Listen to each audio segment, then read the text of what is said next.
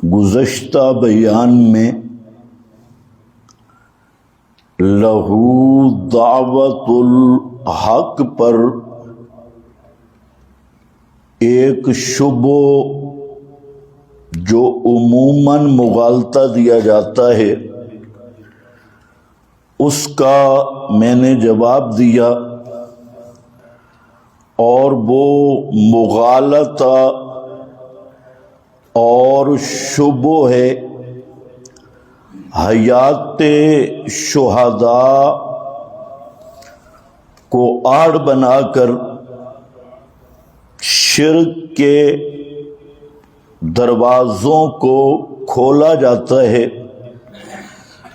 تو میں نے آپ کے سامنے بیان کر دیا کہ حیات شہداء جو قرآن کریم نبی مکرم صلی اللہ علیہ وسلم نے وضاحت کی ہے، تفسیر کی ہے، تو اس حیات سے مراد دنیاوی حیات نہیں، اس زمین والی حیات نہیں، اس حیات کا مطلب ہے کہ ارواح شہداء جنت میں لذات سے متمتع ہوتی ہیں، جنت کی نعمتیں کھاتی ہیں، اور جنت کے رزق ان کو دیا جاتا ہے۔ وہ حیات جنت میں ہے، نہ کہ زمین کے نیچے سنتے دیکھتے اور سفارشیں کرتی ہیں۔ آج کا اس مختصر بیان میں بھی میں ایک بنیادی نقطے پہ گفتگو کروں گا جو اکثر گمراہی کا سبب بنتا ہے۔ وہ ہے کہ دلیل کس چیز کا نام ہے اور کون سی دلیل معتبر ہے۔ جب تک یہ تنقید نہ کی جائے کہ دلیل اور حجت کون سی معتبر ہوتی ہے اور دلیل اور حجت کی پہچان کیا ہے، تو اس وقت تک مسئلہ کھل نہیں سکتا۔ آج اکثر مولوی حضرات بھی اور مولوی نما حضرات بھی اس مغالطہ میں ہیں، وہ دلیل کو نہیں پہچانتے کہ دلیل کس کو کہتی ہے اور دلیل کون سی معتبر ہوتی ہے۔ تو اس لیے یاد رکھ لو کہ دلیل، شرعی دلیل، مسائل دو قسم پر ہیں۔ ایک مسئلہ ہے عقیدے کا، ایمان کا مسئلہ اور عقیدے کا مسئلہ۔ تو عقیدہ عقد سے ہے، اور عقد کا معنی گانٹھ ہوتا ہے، یعنی مضبوط چیز۔ ایمان تو یاد رکھو شرعی طور پہ عقیدہ ثابت ہوتا ہے اس دلیل سے جو قطعی ثبوت بھی ہو اور قطعی دلالت بھی ہو۔ یہ میں سمجھا دیتا ہوں، قطعی ثبوت جس کا ثبوت بھی قطعی ہو اور جس کا معنی بھی واضح ہو۔ وہاں یہ پیش کرنے کی ضرورت نہ پڑے کہ فلاں مولوی نے جو کہا، فلاں پیر نے جو کہا، فلاں بزرگ نے جو کہا، وہ ترجمے سے مسئلہ واضح ہو اور ترجمہ سمجھنے سے وہ مسئلہ سمجھ آئے، تو اس دلیل سے عقیدہ ثابت ہوگا۔ عقائد کے میدان میں صرف ایک دلیل چلتی ہے، اور وہ قطعی ثبوت بھی ہو، یعنی اس کا ثبوت پیغمبر کریم صلی اللہ علیہ وسلم سے حتمی اور یقینی ہو اور قطعی طور پہ ثابت ہو کہ واقعتاً یہ بات پیغمبر کریم نے فرمائی ہے، جب یہ ثابت ہو جائے گا تو اس دلیل سے عقیدہ ثابت ہوگا، اور اگر دلیل کے ثبوت میں قطعیت نہیں، ظن ہے، تب بھی عقیدہ ثابت نہیں ہوگا، چاہے وہ بخاری میں روایت کھڑی ہے، چاہے وہ مسلم میں کھڑی ہے، چاہے ابو داؤد ترمذی ابن ماجہ میں روایت آ گئی ہے، لیکن جب تک اس کا ثبوت قطعی نہیں ہوگا اس وقت تک عقیدہ ثابت نہیں ہو سکتا۔ اس پر امت کے تمام ذمہ دار حضرات کا اتفاق ہے، چاہے وہ شافعی ہوں، مالکی ہوں، حنبلی ہوں، حنفی ہوں، اور یہ مسئلہ خود قرآن مقدس سے بھی ثابت ہے، کئی مقام پہ لا تقف ما لیس لک بہ علم، اور فرمایا ان الظن لا یغنی من الحق شیئا۔ تمام علماء عقائد اس میں مسایرہ ہو، مسامرہ ہو، شرح عقائد ہو، شرح مقاصد ہو، تمام محدثین، شارحین، ابن حجر ہوں، نووی ہوں، اور جتنے حضرات تھے سب نے تصریح کی ہے کہ عقیدہ تب ثابت ہوگا، قطعیت تب ثابت ہوگی کہ حدیث متواتر ہو۔ حدیث کیا ہو؟ متواتر، متواتر، خبر واحد، اس سے عقیدہ ثابت نہیں ہوتا، چاہے بخاری، مسلم، ابو داؤد، ترمذی، ابن ماجہ میں بھرمار ہو خبر واحد کی، ایک مقام پر نہیں 20 مقام پہ آ چکی ہو، اور اس کے سارے راوی ثقہ ہوں، سند متصل ہو، سند صحیح ہو، لیکن ہے وہ خبر واحد، تو خبر واحد سے عقیدے کا مسئلہ ثابت نہیں ہوگا۔ اس کو کیا کہیں گے کہ یہ قطعی ثبوت نہیں۔ کیا ہے؟ قطعی ثبوت نہیں ہے، اس کا ثبوت قطعی یقینی نہیں ہے، یہ چند لوگوں نے اس کو روایت کیا ہے، اور وہ راوی بھول بھی سکتے ہیں، نقل کرنے میں بھی خطا کر سکتے ہیں، سمجھنے میں بھی خطا کر سکتے ہیں۔ تو عقیدہ یا ایمان جیسی مضبوط چیز کی بنیاد وہ خبر واحد، حدیث خبر واحد وہ بھی نہیں بنتی۔ عقیدہ ثابت ہوگا تو کون سی دلیل سے ہوگا؟ جو قطعی ثبوت ہو، اور قطعی ثبوت یہ 30 پارے قرآن کی ہے، ان کے ثبوت میں کوئی شک نہیں کہ یہ پیغمبر کریم پہ نازل ہوا اور ہم تک اسی طرح پہنچا جیسے نازل ہوا، سب مسلمان اس پہ متفق ہے۔ تو پہلی دلیل عقیدے کے معاملہ میں وہ صرف قرآن ہے، اور قرآن کے بعد اگر کوئی آدمی روایت پیش کرنا چاہتا ہے، حدیث پیش کرنا چاہتا ہے عقیدہ ثابت کرنے کے لیے، تو اس کے لیے شرط ہے کہ سب سے پہلے وہ اسے متواتر ثابت کرے گا۔ کیا ثابت کرے گا؟ متواتر حدیث۔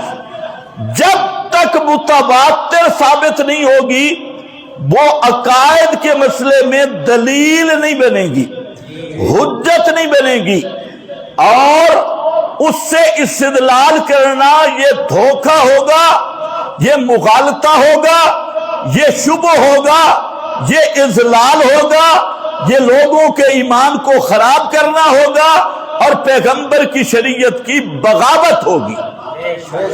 تو آج لوگ یہ سمجھتے نہیں دلیل کہتے کس کو ہیں، محقق تو سارے بنے ہوئے ہیں۔ تو عقیدے کے باب میں سب سے پہلا نمبر قرآن، اور ترجمے سے مسئلہ واضح ہو، ادھر ادھر جانے کی کوئی ضرورت بھی نہیں۔ جیسے قل انما انا بشر مثلکم، میرے محبوب فرما دیجئے کہ میں بشر ہوں جیسے تم. قل سبحان ربی حل کنت الا بشرا رسولا. اب اس کا ترجمہ ہی دیکھ لینا، کسی مولوی کی طرف جانے کی ضرورت نہیں ہے، ترجمے سے مسئلہ واضح. اور قل لا یعلم من فی السماوات والارض الغیب الا اللہ. کہیں کیل کال کی ضرورت ہے؟ فرما دیجئے آسمان و زمین میں کوئی بھی غیب نہیں جانتا الا اللہ، صرف اللہ. وَعِندَهُ مَفَاتِحُ الْغَیب لا یعلمها الا ہو. اور اللہ ہی کے پاس غیب کے خزانوں کی چابیاں ہیں. لا یعلمها الا ہو، ان کو اللہ کے سوا کوئی بھی نہیں جانتا. للہ ملک السماوات والارض لہ الملک ربک یخلق ما یشاء ویختار. اس کا ترجمہ ہی دیکھو تو پتہ چلتا ہے کہ پوری کائنات پہ متصرف ہونا یہ صرف اللہ کا خاصہ ہے، اللہ کے سوا کوئی متصرف نہیں ہے. اس کا نام ہے قطعی الثبوت بھی اور قطعی الدلالت بھی. اور پھر لہو دعوت الحق قال ربکم ادعونی استجب لکم. فرمایا کائنات والو، حاجات و مشکلات میں پکارے جانے کے لائق ہونا لہو یہ صرف میرا حق ہے، یہ میں اس کے لائق ہوں، میرے سوا اس کا کوئی لائق نہیں ہے. قطعی الثبوت، قطعی الدلالت. ومن اضل ممن يدعو من دون اللہ. مولویوں کی بریکٹیں ہٹا کے اس آیت کا ترجمہ ہی دیکھو.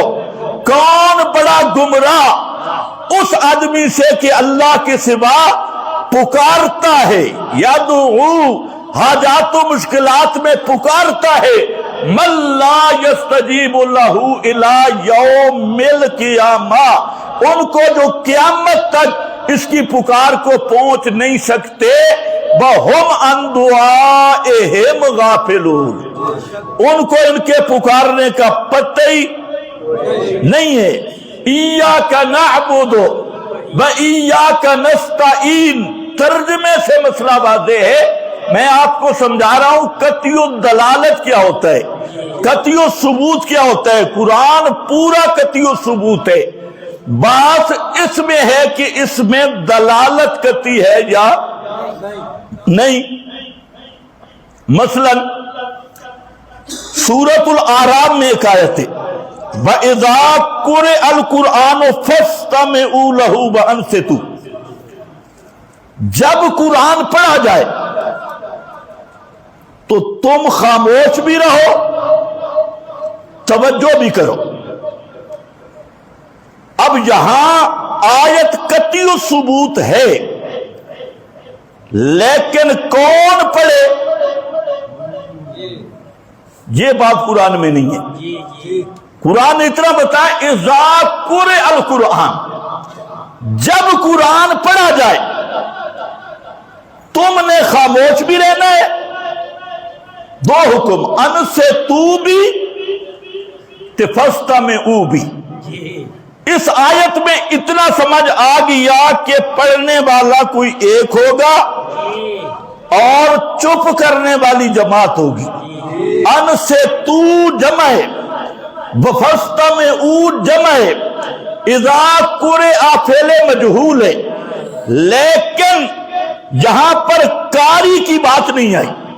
قاری کون ہو، کب خاموش کرنا، کب خاموشی اختیار کرنی ہے. اب یہ مسئلہ ہمیں ملا حدیث میں. پیغمبر کے بیان میں حضرت ابو موسیٰ اشعری رضی اللہ تعالیٰ عنہ فرماتے ہیں، اور امام مسلم اس حدیث کو نقل کر کے فرماتے ہیں کہ اس حدیث کے صحیح ہونے پر سب محدثین کا اجماع ہے جو اہل اجماع ہیں، فرماتی ہے اللہ کے محبوب نے ہمیں نماز سکھائی، علمنا صلاتنا، اور آپ نے نماز ہمیں کیسے سکھائی؟ فرمایا جب نماز پڑھو ایک امام بنا لو، اذا کبر الامام فکبروا واذا قرأ فانصتوا، اذا قرأ فانصتوا، کہ جب امام تکبیر کہے تم تکبیر کہو، جب امام قرات کرے، تکبیر کے بعد قرات تو سورہ یاسین کی ہوتی ہے۔ اچھا یہ حدیث بھی مسلم بخاری میں ہے کہ حضرت نبی پاک صلی اللہ علیہ وسلم، حضرت ابو بکر عمر یفتتحون القراءۃ بالحمدللہ رب العالمین، وہ قرات کی افتتاح کرتے تھے الحمدللہ رب العالمین سے۔ فرمایا اذا قرأ فانصتوا، جب امام سورہ فاتحہ پڑھے مقتدیو تمہیں پڑھنے کی اجازت، تم خاموش رہا کرو، انصتوا، خاموش رہو۔ اب قرآن میں قاری نہیں مل رہا تھا، پیغمبر کے بیان میں قاری مل گیا کہ یہ امام پڑھے تو مقتدی خاموش رہیں، اور یہی وجہ ہے کہ حضرت عبداللہ ابن مسعود نے نماز پڑھائی اور نماز مقتدی نے پیچھے کوئی چیز پڑھی تو ابن مسعود واپس مڑے، فرمایا اما آن لکم ان تاکلوا، اما آن لکم ان تفہموا، اور کب تم عقل کرو گے، کب تم میری بات کو سمجھو گے؟ انصت للقرآن کما امرت، قرآن کی وجہ سے خاموش رائے جیسے اللہ نے فرمایا اذا قرئ القرآن فاستمعوا له وانصتوا، یہی معنی حضرت عبداللہ ابن عباس نے کیا، یہی معنی نبی کریم علیہ السلام نے کیا۔ تو اب میں سمجھا رہا تھا اگر قاری کا ذکر قرآن میں آتا تو یہ مسئلہ عقیدے کا بن جاتا اور پھر امام کے پیچھے پڑھنے والے پر فتویٰ لگتا، لیکن قاری کا ذکر قرآن میں نہیں، تو اس لیے ہم کہیں گے کہ یہ ہے تو قطعی ثبوت آیت، لیکن دلالت اس کی ظنی تھی اور وہ حدیث سے پوری ہو گئی دلالت، تو اس لیے مسئلہ یہی ہوگا کہ امام کے پیچھے فاتحہ یا کوئی چیز پڑھنے کی قرآن کی روح سے اجازت نہیں، لیکن مسئلہ عملی ہے، فقہی مسئلہ ہے عملی۔ تو میں آپ کو سمجھا رہا ہوں کہ دلالت قطعی کیسے ہوتی ہے، قطعی دلالت ہو۔ ساتھ ضمناً ایک بات سمجھ لیں، جو ہمارے دوست دھوکہ دیتے ہیں، لا صلاۃ لمن لم یقرأ بے فاتحۃ الکتاب، ان سے یہ پوچھ لو جہاں بے کیوں آئی ہے، یہ ہے بالکل ان پڑھ، بے کیوں آئی؟ دنیا میں اجہل ترین طبقہ غیر مقلدین کا، کسی چیز کو نہیں سمجھتے، بے کیوں آئی؟ قرات کے ساتھ بے نہیں آتی۔ ابھی میں نے آیت پڑھی اذا قرئ القرآن ہے یا اذا قرئ بالقرآن ہے، یہاں با نہیں ہے، اذا قرأت القرآن یا اذا قرأت بالقرآن، اذا قرأت القرآن فاستعذ باللہ، اذا قرأت بالقرآن نہیں، با نہیں ہے۔ اور فقرؤوا ما تیسر، ما تیسر من القرآن، فقرؤوا بما نہیں، وہاں پر بھی با نہیں، قرات کے ساتھ با آتی نہیں، تو یہاں پر با کیوں آ گئی؟ لا صلاۃ لمن لم یقرأ بے فاتحۃ الکتاب، پورا قرآن پر جہاں قرات آئی ہے وہاں با نہیں ہے۔ بات سمجھ رہے ہو میری؟ یہ با کیوں آئی؟ اب ان کا دھوکہ یہ ہے کہ یہ کبھی با کا معنی نہیں کریں گے، اگر با کو ظاہر کر دینا، یہ با کہتی ہے ساتھ کچھ اور بھی پڑھنا ہے، یہ با کہتی ہے ساتھ کچھ اور بھی پڑھنا ہے، اس لیے مسلم میں فصاعدن آیا، ابو داؤد میں ما زاد آیا، نسائی میں ما تیسر آیا، مسند احمد میں سورتم معہا آیا. یہ سارا تو پوری حدیث کا معنی یہ ہے جو فاتحہ کے ساتھ کچھ قرآن نہ پڑھے اس کی نماز نہیں. انہوں نے کیا کہا؟ جو فاتحہ نہ پڑھے. یہ نال علی کون پڑھ سی؟ اب چوری پکڑی جاتی نا کہ سورہ فاتحہ کے ساتھ کچھ نہ پڑھے اس کی نماز نہیں. اب وہ کون ہے جس نے سورہ فاتحہ بھی پڑھنی ہے ساتھ بھی کچھ پڑھنا ہے؟ وہ منفرد ہے یا امام ہے؟ تو حدیث کا پورا معنی کرو تو مقتدی کو شامل ہی نہیں، یہ منفرد کے لیے ہے، امام کے لیے. ہمارے ان دوستوں کا بھی مقتدی فاتحہ کے ماں بعد نہیں پڑھتا، وہ بھی کہتے ہیں فاتحہ، جبکہ حدیث کہہ رہی ہے فاتحہ کے ساتھ کچھ نہ پڑھے. پھر اسی کو پیغمبر کریم نے فصاعدن سے ما زادہ ما تیسرا سورتم معہا، یہ پوری حدیث میں آ گیا تو پوری پڑھنا. اسی لیے حضرت جابر بن عبداللہ نبی کا صحابی کہتا ہے ھذا لمن یصلی بعدہ، ھذا لمن یصلی بعدہ، یہ حدیث اس آدمی کے حق میں ہے جو اکیلا نماز پڑھ رہا ہو. لمن یصلی بعدہ. اور اسی حدیث کا راوی سفیان وہ بھی کہتے ہیں ھذا اذا کان بعدہ، یہ اکیلے نمازی کے لیے مقتدی کی بات نہیں ہے. اسی لیے امام احمد نے، امام ابن تیمیہ نے صراحت کی ہے.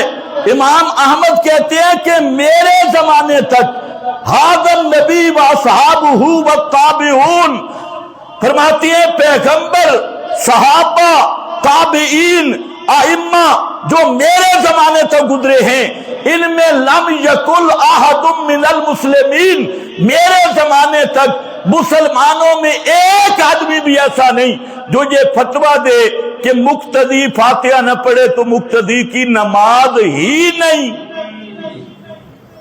امام احمد کے دور تک کوئی پیدا نہیں ہوگا. کہتے ہیں ھذا النبی و صحابہ، پیغمبر کے صحابہ، تابعین. اور جو امام احمد کے زمانے تک مسئلہ نہیں تھا تو آج وہ دین بن گیا. ملکہ وکٹوریہ کی پیداوار وہ اسے دین کہہ رہی ہے کہ نماز ہی کوئی نہیں، نماز ہی باطل، فاسد. یہ ہے غلو فی المسائل. تو میں عرض یہ کر رہا تھا کہ عقیدہ ثابت کرنے کے لیے بات میری طرف توجہ رہے. دلیل کون سی پیش کی جائے گی؟ قطعی الثبوت بھی ہوگی اور قطعی الدلالت بھی. یہ کبھی تم یاد کر لو نا، تمہیں کوئی دنیا میں گمراہ نہیں کر سکے گا. قرآن کی آیت معنی واضح. آج لوگ قرآن کی آیت پڑھتے ہیں ساتھ کہتے ہیں مفتی شفیع فرماتے ہیں. یہ مفتی شفیع قرآن ہے؟ قرآن کی آیت پڑھتے ہیں اور ساتھ فلانا بزرگ فرماتی ہے. اور دھوکے بال فراڈی. قرآن کی جب ہم پڑھتے ہیں فَيُمْسِكُ الَّتِي قَضَىٰ عَلَيْهَا الْمَوْتَ، کسی کو درمیان میں نہ لا. ترجمہ دے مَا أَنْتَ بِمُسْمِعٍ مَّن فِي الْقُبُورِ، ساری تفسیریں ہٹا دے. ترجمہ دے إِن تَدْعُوهُمْ لَا يَسْمَعُوا دُعَاءَكُمْ. کسی بریلوی کا ترجمہ دیکھ لے، بریکٹیں اڑا دے. ترجمہ دے. یہ تو ترجمے سے مسئلہ واضح. اور تم فلانا فرماتا ہے جی، فلانا فرماتا ہے جی. اے فلانا بے شک فرماتا رہے، یہ شرعی دلیل نہیں ہے. اس کو دلیل نہیں کہتے. عقیدے کے لیے بخاری بھی حجت نہیں جب تک حدیث متواتر کا ثبوت نہ ہو، اور مسلم بھی حجت نہیں جب. اور یہ کوئی میں نہیں بیان کر رہا، میرا قصور ہے کہ میں ممبر پہ بیان کر رہا ہوں. یہ مولوی درسگاہوں میں بیٹھ کے پڑھاتی، طالب علموں کو اصول شاشی سے لے کے آخر تک یہی پڑھاتی. دوسرا مسئلہ سمجھے. اگر مسئلہ ہے عمل کا، عملی مسئلہ ہے، فروعی مسئلہ ہے، اس کے لیے 4 دلائل ہے. سب سے پہلی دلیل کتاب اللہ، نمبر 2 پیغمبر کریم کی سنت، نمبر 3 اجماع، اور نمبر 4 اجتہاد، استنباط.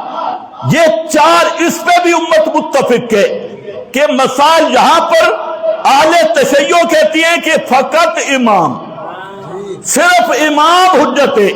قرآن بھی وہی معنی معتبر ہے کہ امام بیان کرے گا، روایت بھی وہی معتبر ہے جو امام بیان کرے گا، اور امام کا قول شرعی حجت ہے۔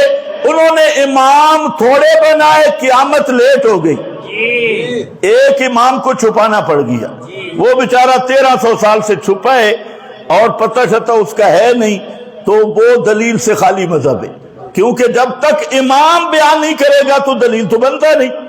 ان کے نزدیک قرآن بھی حجت نہیں جب تک امام نہ پڑھے، حدیث بھی حجت نہیں جب تک قرآن نہ پڑھے، امام نہ پڑھے، اور امام غائب ہو گیا 1300 سال سے، تو اب حجت کیا ہے؟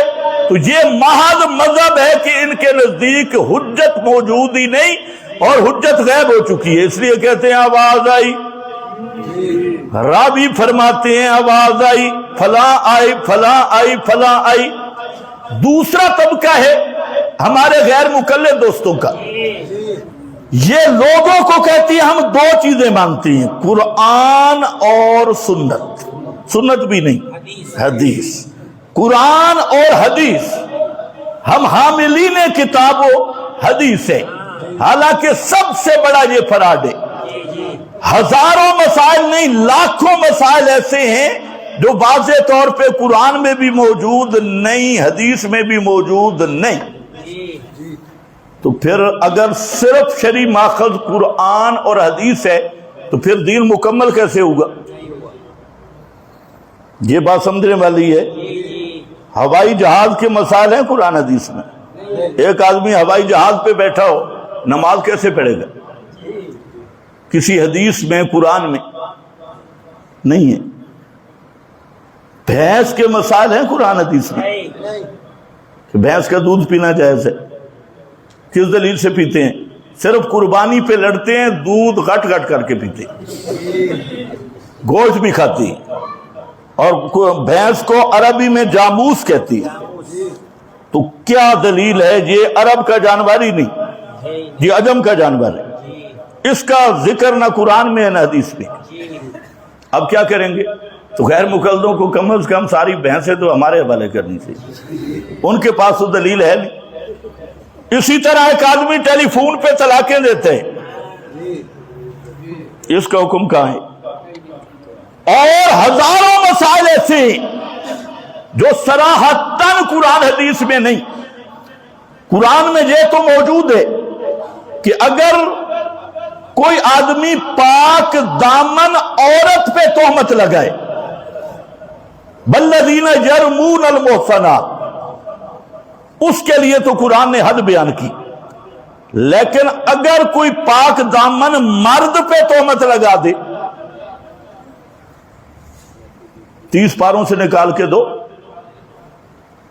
حدیث سے نکال کے دو۔ حدیث میں یہ تو ہے کہ قاضی غصے میں ہو،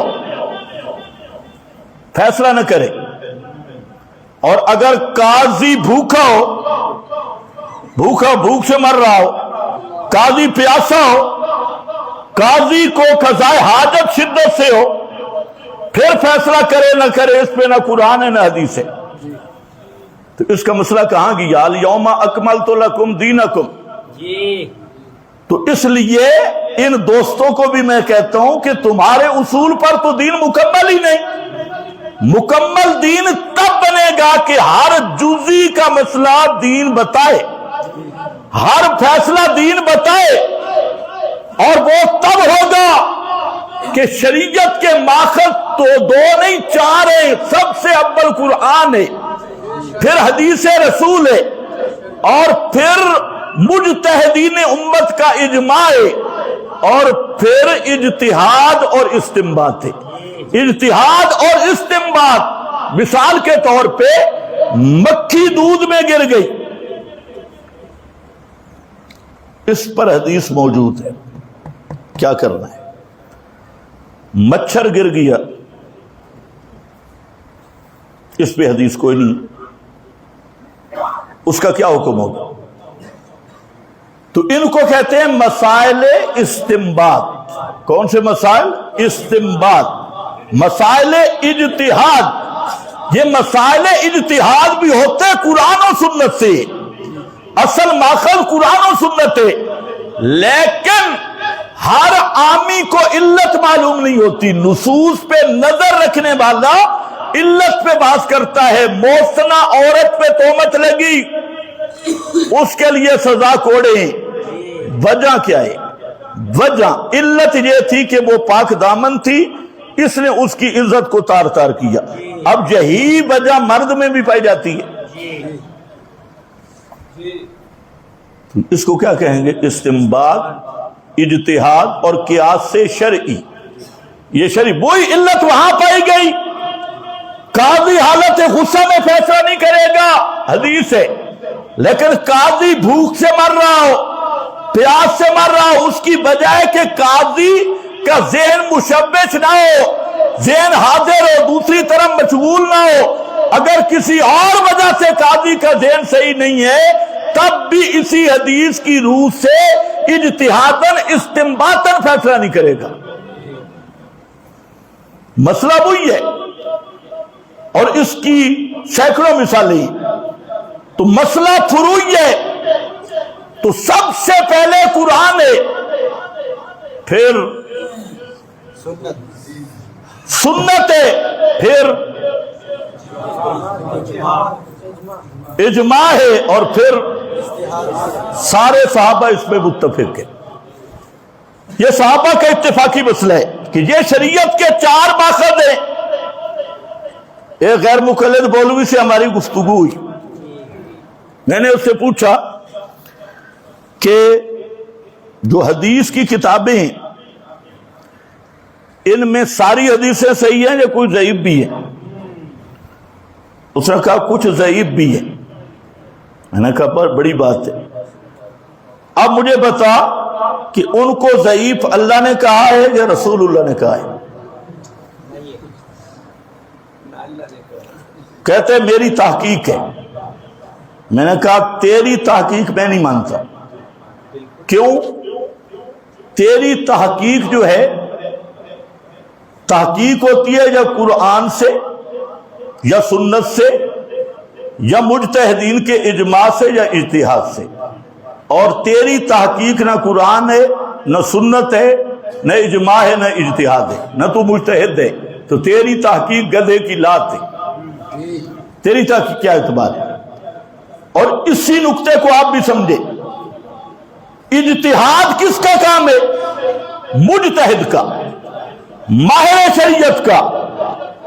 اب کوئی بھی قول پیش کرتا ہے فروعی مسئلے کا تو تحقیق کیسے ہوگی؟ اس کو کہو قرآن لا، پیغمبر کا فرمان لا، مجتہدین کا اجماع لا، یا پھر مجتہد کا قیاس پیش کر، مجتہد کا استنباط پیش کر، اجتہاد پیش کر۔ یہ 4 گھر ہیں، 4 ماخذ شریعت ہیں، اور مجتہدین کا جو اجتہاد ہے، آج جتنے فرقے بنے ہوئے ہیں، ایک کہتے ہیں علماء دیوبند نے جو لکھا، دوسرا کہتے ہیں علماء بریلی نے جو لکھا، تیسرا کہتے ہیں ہمارے اکابر جو کہتے ہیں، چوتھا کہتے ہیں ہمارے مشائخ جو کہتے ہیں۔ سب سے پہلا مسئلہ یہ ہے، پہلے ثابت کر تیرے اکابر، تیرے بزرگ قابل احترام اپنی جگہ پہ، لیکن یہ فیصلہ کر یہ شرعی دلیل ہے؟ یہ ان کا قول نہ قرآن ہے، نہ حدیث ہے، نہ اجماع ہے، اور نہ اجتہاد ہے۔ نہ کیا ہے؟ اجتہاد ہے۔ بڑے بڑے لوگ ہوں، اسی پہ فیصلہ ہو جائے گا۔ تو یہ اقوال ہیں بھائی، اقوال شرعن دلیل نہیں، یہ اقوال رجال ہیں۔ اب لوگ سمجھتے ہیں جی اس نے 20 کتابیں پیش کر دی ہیں، اس نے 1000 کتاب پہ، 1000 نہیں، لاکھ بزرگوں کا قول پیش کر، اس کی مچھر کے پر جتنا وزن بھی نہیں، شریعت میں مچھر کے پر جتنا وزن بھی نہیں۔ یہی وجہ ہے بات قوت دلیل کو دیکھا جائے گا کہ دلیل کس چیز کا نام ہے، اور اس میں بھی ترتیب ہے جب قرآن میں آ گیا حدیث قرآن کے مقابل نہیں چل سکتی. جب حدیث میں آ گیا اجماع حدیث کے مقابل نہیں چل سکتا. جب اجماع میں آ گیا اجتہاد اجماع کے مقابل نہیں چل سکتا. جہاں پر بھی ترتیب اول نمبر قرآن ہے، قرآن کے مقابل نہ روایت چلتی ہے نہ مجتہد چلتا ہے. مسئلہ تو اتنا ہے بالکل صاف. اب اس ترازو پہ تولنا ہوگا. کوئی مسئلہ بھی ہے اس سے پوچھ لو کہ یہ عقیدے کا مسئلہ ہے یا فروعی مسئلہ ہے. اگر عقیدے کا مسئلہ ہے تو دلیل قطعی ثبوت قطعی دلالت من شلہ نہیں چلے گی. یہ من شلہ علیہ اندہ قبری والی دلیلیں نہیں چلیں گی، بابے شابے نہیں چلیں گے. قطعی ثبوت قطعی دلالت چلے گی حدیث، اور قرآن پورا قطعی ثبوت ہے. اب یہی بات ایک شبہ تھا. شبہ یہ تھا کہ حضرت عیسیٰ علیہ السلام وہ خود کہہ کے گئے ہیں کہ میری پکار کرو. آج بھی شبہ ہے. قبر پرست کیا پیش کرتی ہیں؟ اذا تحیرتم فی الامور فاستعینوا باہل القبور. جب تم مشکلات میں حیران ہو جاؤ تو قبر والوں سے مدد مانگو. وہ بیچارہ جو خود قبر میں ہے اس سے جا کے مدد مانگو، قبر والوں سے مدد مانگو. پھر جہاں لکھا شیخ عبد القادر جیلانی کے ذمہ جھوٹ لکھا، وہ بہت بڑا موحد تھا. اس نے کہا کہ میں مغرب میں ہوں، مرید میرا مشرق میں ہو، اور مرید کی شلوار اتر جائے تو میں اس کو بھی باندھتا ہوں.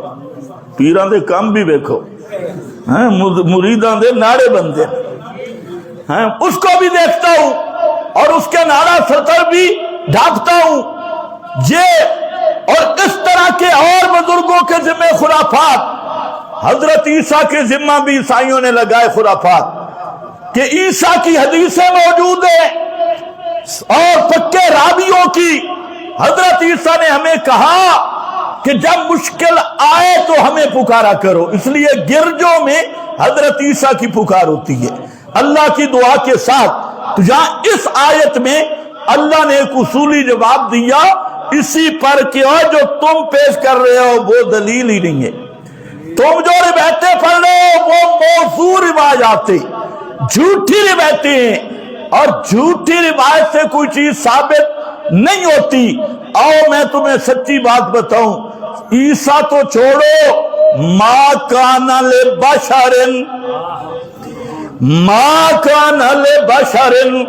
ان یؤتیہ اللہ الکتاب والحکم والنبوۃ ثم یقول للناس کونوا عبادا لی من دون اللہ. ما کان لبشر. حضرت عیسیٰ کی بات کرتے ہو، اللہ فرماتے ہیں کائنات والوں سنو، ایسا بشر جس کو کتاب بھی ملے، نبوت بھی ملے، حکم بھی ملے، یہ تین چیزیں جس بشر کو عطا کروں، ہو میرا نبی، میرے نبی کی یہ شان ہی نہیں یہ بات کہنا. ما کان لبشر ما ينبغي لبشر. پیغمبر معصوم ہوتا ہے اور کسی کو کہنا کہ مجھے پکارو یہ صریح کفر ہے. پیغمبر معصوم ہوتا ہے اور حاجت روائی کا دعویٰ کرنا، مشکل کشائی کا دعویٰ کرنا، اور یہ دعویٰ کرنا کہ حاجات اور مشکلات میں مجھے پکارو یہ الوہیت کا دعویٰ ہے. اور غیر اللہ کے لیے الوہیت ماننا یا اس کا دعویٰ کرنا، اسی کا نام کفر ہے، اسی کا نام شرک ہے. فرمایا میرے سارے نبی معصوم ہیں، کسی پیغمبر نے یہ نہیں کہا، کسی نبی نے یہ دعوت نہیں دی. کیا دعوت؟ کہ اے لوگو کونوا عبادا لی من دون اللہ. اور لوگو اللہ کے سوا میری پکار کرنا، اور لوگو اللہ کے سوا میرے بندے بن جاؤ. من دون اللہ کا لفظ سنا ہے؟ یہ کس پہ آ رہا ہے؟ نبی کو من دون اللہ کہا جا رہا ہے. یہ آل عمران ہے. من دون اللہ سے مراد بت نہیں. یہ آیت نمبر 79 گھروں میں دیکھو. فرمایا ما کانا لبشر ان یؤتیہ اللہ الکتاب والحکم والنبوۃ ثم یقول للناس کونوا عبادا لی من دون اللہ. بلکہ کیا کہتے رہے؟ کسی پیغمبر نے نہیں کہا کہ میری پکار کرو میں حاجت روا مشکل کشا. فرمایا بلاکن کونوا ربانیین. ہر پیغمبر نے یہ دعوت دی لوگوں ہر مشکل میں رب کو پکارنا ہے. یا رب یا رب یا رب کے پکارنا ہے. براہ راست ربانی بنو. ربانی وہ ہوتا ہے جو ہر حاجت میں اپنے رب کو پکارے, ہر مشکل میں اپنے رب کو پکارے. آدم ربانی تھے ربنا. حضرت ایوب ربانی تھے رب انی مسنی الضر. حضرت نوح ربانی تھے جب بھی مشکل پڑی رب. حضرت زکریا کہتے ہیں رب. حضرت یوسف کہتے ہیں رب. یہ رب رب کرنے والے بن جاؤ. کونو ربانیین. ہر نبی کی دعوت یہ ہے اے لوگوں اپنی حاجتوں اور مشکلوں میں صرف اللہ کو پکارو. بما کنتم تعلمون الکتاب. عیسائیوں کو کہا گیا اور عیسائیوں کتاباں پڑھتے پڑھاتے ہو. مکتے بھی مولویاں دی رولائی. کتابیں پڑھتے ہو, درس دیتے ہو, اور اللہ کی ہر کتاب یہ کہہ رہی ہے کہ پکار کے لائق کون ہے؟ صرف اللہ. اور پھر جھوٹ بولتے ہو بے ایمانو. بلا یامرکم ان. آگے ذرا ایک جملہ سن لو تاکہ تمہیں پتہ چل جائے. فتوے بڑے لگاندے نے جی. فتوے توبہ توبہ بڑی سختی. اب آپ نے ترجمہ کرنا ہے. وَلَا يَأْمُرَكُمْ أَن تَتَّخِذُوا الْمَلَائِكَةَ وَالنَّبِيِّينَ أَرْبَابًا. کوئی پیغمبر یہ حکم نہیں دیتا کہ اللہ کے فرشتوں کو حاجت روا سمجھو, اللہ کے نبیوں کو حاجت روا سمجھو. بتوں کو, کس کو؟ لا تتخذوا الملائکۃ والنبیین. سارے پڑھو نا, والنبیین. والاسنام نہیں, بت چھوت نہیں, والنبیین. نبیوں کو حاجت روا نہ سمجھو, نبیوں کو پکارے سننے والا نہ سمجھو, نبیوں کو مشکل کشا نہ سمجھو. کوئی پیغمبر یہ حکم کبھی نہیں دیتا کہ اے لوگوں اللہ کے نبی ماں کر اسباب سنتے ہیں, اللہ کے نبی حاجت روا مشکل کشا ہیں. یہ کبھی حکم کسی نبی نے نہیں دیا. ایامرکم بالکفر. ایامرکم بال, بولو میں ختم کروں. ایامرکم بال, سارے پڑھو. ایامرکم بال مانا کرو. کیا پیغمبر حکم دے گا تمہیں کفر کرنے کا؟ کیا پیغمبر حکم دے گا تمہیں کفر کرنے کا؟ یہاں کفر کیا ہے؟ بتوں کو حاجت روا سمجھنا, بتوں کے سبا کا عقیدہ رکھنا. یہاں قرآن نے کفر کا لفظ بولا, اور کس پر؟ انبیاء اور فرشتوں کو, اللہ کے نبیوں اور فرشتوں کو حاجت روا سمجھنا یہ کفر ہے. اللہ کے نبیوں کو سبا فوق الاسباب کا عقیدہ ان کے بارے میں رکھنا یہ کفر ہے. انہیں ربوبیت اور الوہیت کا درجہ دینا یہ کفر ہے. اب یہ میرا فتوی ہے. ایامرکم بالکفر بعد اذ انتم مسلمون. مسلمان ہونے کے بعد, بھلا اللہ کا نبی تو ہو بھی تو مسلمان, کیسے کفر کا حکم دے سکتا ہے؟ تو یہ شبہ کی روایتیں آ گئیں, اقوال آ گئے. فلاں نے آ گئے، اقوال والا بھی کنڈا کڈا، اتخذوا احبارہم ورہبانہم اربابا من دون اللہ، اور مولویات پیران حجت بنانے، پیر بزرگ ان کی باتیں کتاب اللہ کے خلاف، پیغمبر کے فرمان کے خلاف، ان کو حجت مانا ہے۔ تو جو اللہ کے نبی کے مقابلہ میں، اللہ کے قرآن کے مقابلہ میں اپنے فرقے کی جماعت کے مولوی، پیر اور وڈیرے ان کو حجت سمجھتا ہے، وہ بھی قطعاً یہودی اور کافر ہے۔ تو شبہ جو تھا جی روایتیں آ گئی، کوئی روایت جھوٹی روایت دلیل نہیں بنتی۔ جو غیر اللہ کی پکار سما کی روایتیں ہیں سب جھوٹ پہ مبنی ہے، ایک بھی صحیح نہیں۔ اور جو اقوال ہیں، بزرگ فرماتے ہیں بزرگوں کے اقوال شرعی دلیل نہیں بنتے، تو مسئلہ وہی آ نکلا، لہو دعوت الحق۔ ماشاءاللہ۔ ابھی ہمارا جماعتی عالمی اجتماع وہ شروع ہو چکا ہے، اور اکثر ساتھی الحمدللہ وہاں پہنچ چکے ہیں، آپ دیکھ کر بھی اندازہ کر لیں گے۔ تو اکثر ساتھی وہاں پنج پیر تشریف لے جا چکے۔ آپ حضرات سب کو دعوت دوں گا کہ اپنے اس جماعتی اجتماع میں شریک ہوں، اور اپنا مرکز بھی دیکھیں، اور جماعت کے ساتھ اپنی وابستگی کا اظہار بھی کریں۔ تو انشاءاللہ سارے ساتھیوں کا ارادہ نیت کر لیں، نیت کر لیں، ارادہ نہیں کہہ رہا، ارادے میں شک ہوتا ہے، نیت کر لیں کہ انشاءاللہ آپ بیان سننے جائیں گے۔ یہ جو کہتے ہیں نا ہم دعا پہ جا رہے ہیں فلاں جگہ پہ دعا میں شریک ہونے کے لیے، یہ کوئی چیز نہیں، یہ دعا میں شرکت کوئی چیز نہیں، اور جہاں سے دعا میں شریک ہونا بہت خطرناک ہے۔ البتہ تقریریں سننے میں شریک ہو، بیان کتاب و سنت کے سنو، تو یہ اصل چیز ہے۔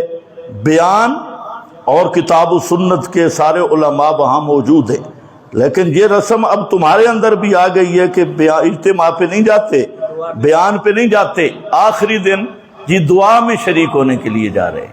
تو جب سپیشل تم دعا کے لیے سفر کرو گے تو یہ سفر معصیت بنے گا، یہ ثواب نہیں بنے گا، اور یہ سفر گناہ بنے گا، ثواب نہیں بنے گا، اور گناہ بھی بہت سخت ہوگا۔ ابھی چونکہ وقت نہیں، میں نے تھوڑا بیان کیا تو شبہ پڑ جائے گا، اس کو پورا بیان کرنا چاہیے۔